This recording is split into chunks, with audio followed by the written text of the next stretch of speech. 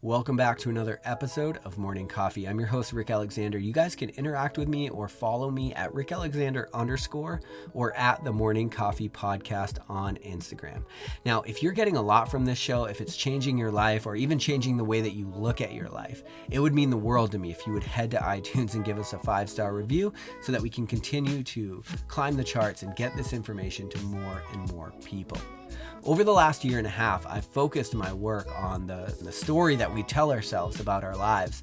Your entire life is a bit of a story that you're telling yourself. And if you could tell yourself a different story, you could probably change your life quite a bit. And so I did that work for the release of my newest book, which is coming out in early 2020.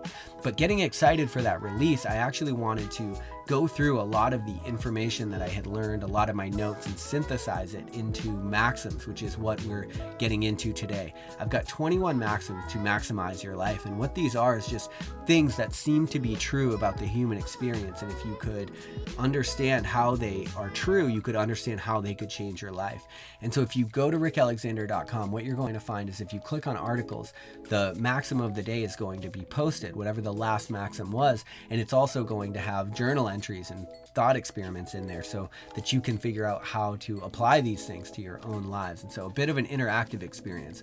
So throughout the next year, through my speaking, through my book release, and through these maxims, I'm excited to see how this information can really change the world and change your world if you give it an opportunity to.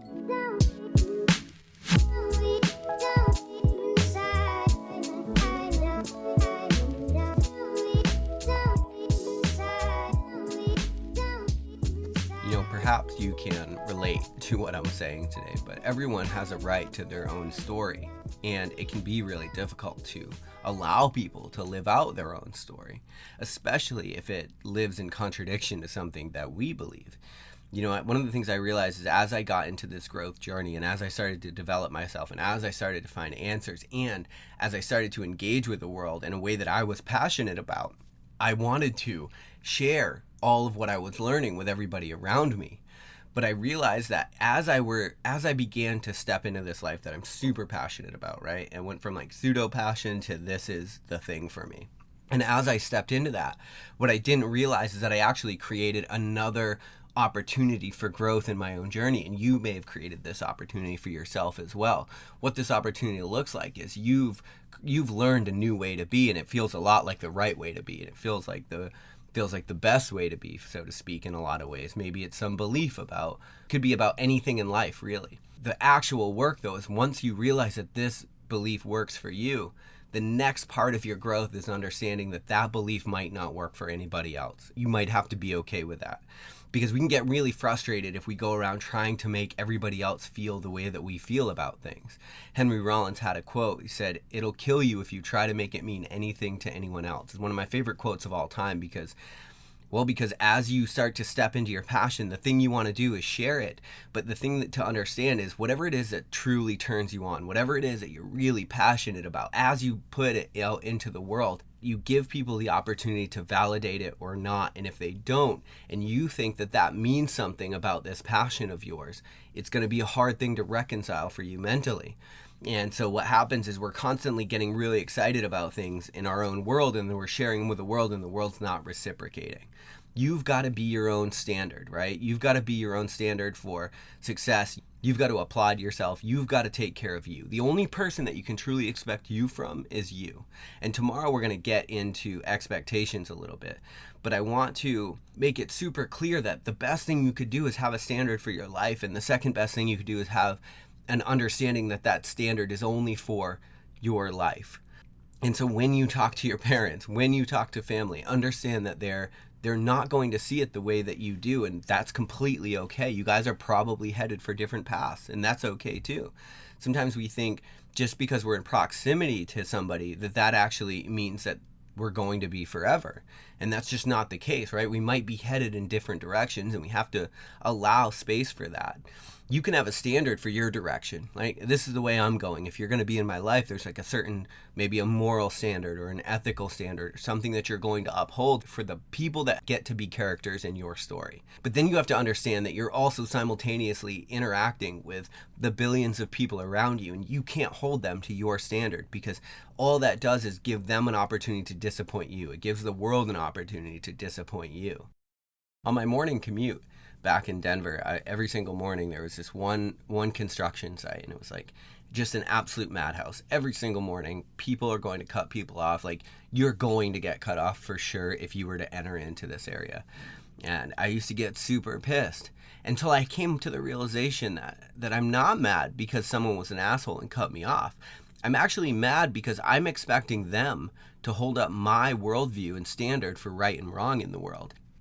You know, this weekend I heard someone say, I've got a really low tolerance for other people's bullshit. Now, what that's disguised as is high standards, right? Like, well, I have a really high standard for living, and I hold that around me. But what that actually is you're saying, I've got a high standard for everyone around me that I can't control, and so I'm going to hand them my well-being, because you're going to be pissed off when they come up short over and over and over again. And so if you have what this gentleman was describing, which is a low tolerance for people's bullshit, what you actually have is the opportunity for people to take you off of center over and over. And the problem is, you're too good for that. And what you want is going to require too much of you. You've got to stop fighting a lot of these little battles, like when you're in traffic and someone cuts you off, and then you're pissed off, and then you take that anger and you bring it into Starbucks with you, or you bring it into work with you. And if you're not careful, that will become your trait, right? That temporary state will become a trait for you if you're not careful. But stop putting everybody in the world in a position where they can actually just let you down. Because again, like, where you're going, who you are, you're too good for that. You're too good to allow somebody driving to work to take you off of center. But a lot of people are going around and we're grappling with that kind of stuff. You have to understand that everybody's got a right to their own story. They have a right to their own worldview. They don't have to believe what you have to believe. This is perhaps one of the hardest lessons for me to learn, not because I want you to believe what I want you to believe, but I want you to question what you believe. I want you to see that there are things differently. I want to open up your aperture to realize that the thoughts that are holding you in aren't actually holding you in. They're just thoughts. They can be overcome. They're just patterns. They're just programming. And so because I'm so passionate about that, and it's changed my own life, I put myself in a position where I'm constantly talking to people about it. And it doesn't necessarily land with everyone, right? Because people, first of all, don't want to be taught that their thoughts aren't the only thing, right? Like, if you've never questioned your own thoughts, it can feel a little bit like insanity if you begin to. And so people aren't necessarily down for that. I have to understand that they have a right to their own story. They don't have to live out mine. And so today's journaling assignment or thought experiment is that everyone does have a right to their own story. And so think back through your own life and think about aspects where you are holding people to your standard and you're getting pissed off because they're not meeting it. There's no end to that cycle, right? You'll just stay on it forever. And so whether it's talking to family or talking to old friends or talking to people that you want to grow, doesn't actually matter. Just understand that they have a right to their path and their story, and that's what's going to work for them. You know, the world that you're in is a representation of the world that you've been in. And because of that, I could never give you answers, which is why everyone does have a right to their own story, right? Because the world that you're in is so influenced by what you've gone through. And because I haven't gone through what you've gone through, I couldn't possibly tell you the right thing. I could give you the right insight. I could give you something that probably resonates and feels like truth, but at the end of the day, it's your story and you've got a right to it. And you just have to understand that no one else has to deal with your story and no one else has to live out your story. That's just you. But if you understand that, then it should open up some space for contentment. It should give you some areas in your life where you can stop handing the keys to your contentment over to other people that quite honestly just don't deserve it. It's ludicrous for you to expect that someone else should be on your path, considering their world is formed by their unique history. We're all coming at this life thing from totally different perspectives, and it's really important that we keep that in mind as we go on. There's a great liberation and freedom that comes from just letting this stuff go, handing the keys to people's own lives back to them, understanding you're responsible for yours, and that's all you can be. And they have a right to their own story. They don't have to believe what you believe, and they don't have to They don't have to use what you've used to change your own life, and that's okay too. We're all just going at it from different angles with different tools and different worldviews.